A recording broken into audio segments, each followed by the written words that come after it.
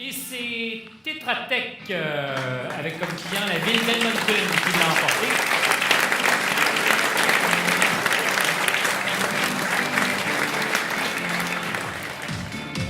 Avec nous, Maxime Lachance et Stéphane Gagnon de Tetra Tech. La ville d'Edmonton n'est pas représentée. Probablement que je suis le seul profane dans la salle qui ne connaisse pas la technologie que vous avez utilisée et qui semble assez complexe. Peut-être pourriez-vous juste nous éclairer sur ce que vous avez réussi là-bas? Oui, certainement. La ville d'Edmonton utilisait une vanne pour contrôler les eaux usées et faire de la rétention en ligne pour minimiser les déversements. Ce qui est arrivé, c'est que cette vanne-là, même après 4 ans de mise en route, était toujours instable. Il y avait essayé à 2 reprises avec différents consultants de stabiliser cette vanne-là.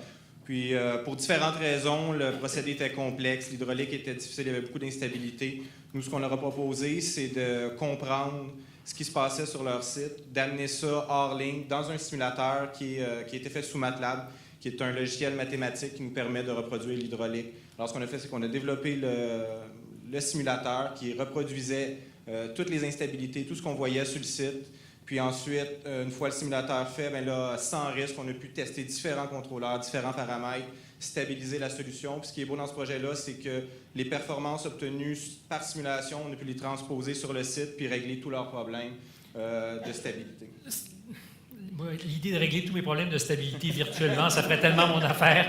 Passez-moi votre logiciel, je le veux. Est-ce qu'effectivement, vous arrivez à modéliser virtuellement à peu près 100% de ce que vous allez avoir à confronter dans la réalité? C'est à ce point précis? C'est à ce point précis parce qu'il y a des modèles qui sont théoriques. On peut avoir des comportements hydrauliques. Nous, ce qu'on a fait, c'est qu'on a pris beaucoup d'événements de pluie, des données terrain, puis on s'est assuré de reproduire pour chaque événement de pluie les mêmes caractéristiques, le même comportement. À ce moment-là, une fois qu'on a reproduit l'existant, puis toutes les petites particularités qui faisaient que le contrôle était difficile, on avait la confiance que le simulateur était validé et on peut l'utiliser. Et si vous étiez à ma place, quelles questions vous poseriez à M. Gagnon, qui est à côté de vous et qui est votre partenaire dans le crime? Peut-être ton opinion générale du projet. Wow! Ce que je peux dire ici, c'est qu'on en a parlé beaucoup ce matin de l'exportation du génie québécois. Oui. C'est un bel exemple de l'exportation du savoir-faire québécois. En fait, la division, on s'est perfectionné dans une particularité du contrôle dans l'assainissement des eaux qu'on a pu exporter hors Québec au fil du temps. Et la ville d'Edmonton est venue vraiment chercher notre expertise particulière. C'est ce qu'elle voulait précisément. C'est ce qu'elle voulait. Et c'est ce qu'on a réussi à mettre en œuvre et régler les problèmes. Après le non-succès de 2 autres firmes qui ont passé avant nous, qui n'ont jamais réussi à trouver le problème et le régler. C'est un non-succès, c'est comme un échec, finalement? Tout à fait.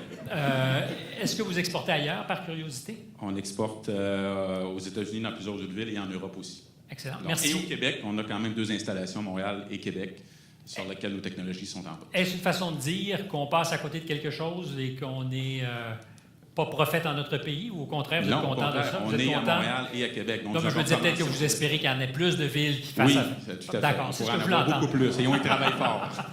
Merci beaucoup, bravo.